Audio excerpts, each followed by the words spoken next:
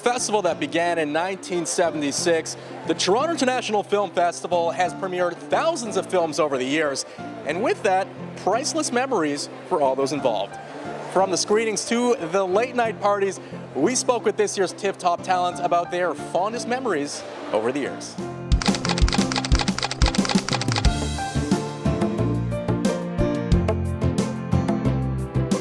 When you're looking back yourself at TIFF, are there any anecdotes that specifically stand out for you as like a fond memory? At TIFF? A million.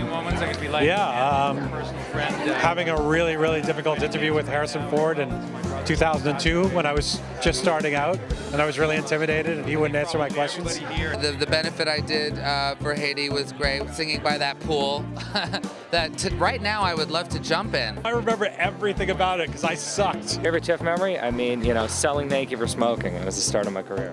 4 years ago, we attended TIFF with Jill and Jacqueline Hennessy, and they're identical twins, we're identical twins, and it was like the fabric of reality was torn apart. Yeah, people couldn't fathom that there were two sets of twins taking in TIFF, so that was pretty funny. My single greatest memory of TIFF was in 1999 when I had Bare Naked in America here, and we premiered Bare Naked in America at the Winter Garden Theater, 1,400 fans. It was a great experience for me. It was my feature film directorial debut, and it was a very exciting time. Last year in my portrait studio, we had Colin Firth come in, and he actually remembered me from like 5 years ago when I was an assistant at Sundance. And he walked in, and I was like introducing myself to him, and he's like, "Oh, we've met before."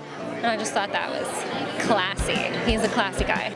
Brad Pitt, never forget meeting Brad Pitt with Johnny Suede, one of his first feature films, if not his first feature. You have no idea, this is going to become one of the most important actors in the history of American cinema. And, he kept coming year after year.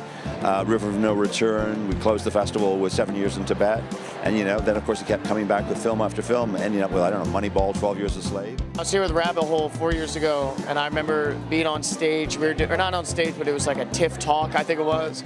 But the room, it was like a press conference, and I just remember sitting up there and hoping that nobody asked me a question because I was just so nervous and excited to be on, to be talking about a film with Nicole Kidman and Aaron Eckhart.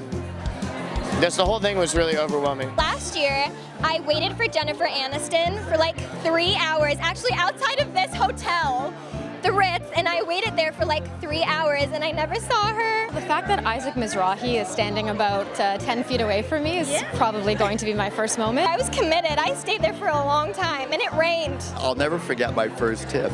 It was called the Festival of Festivals. Robert Lantos was opening his first movie. It was called In Praise of Older Women. And Robert was lucky because his film got a lot of publicity in the fact that the Ontario Film Censor Board cut his movie. So it received all this negative publicity, but opening night was phenomenal.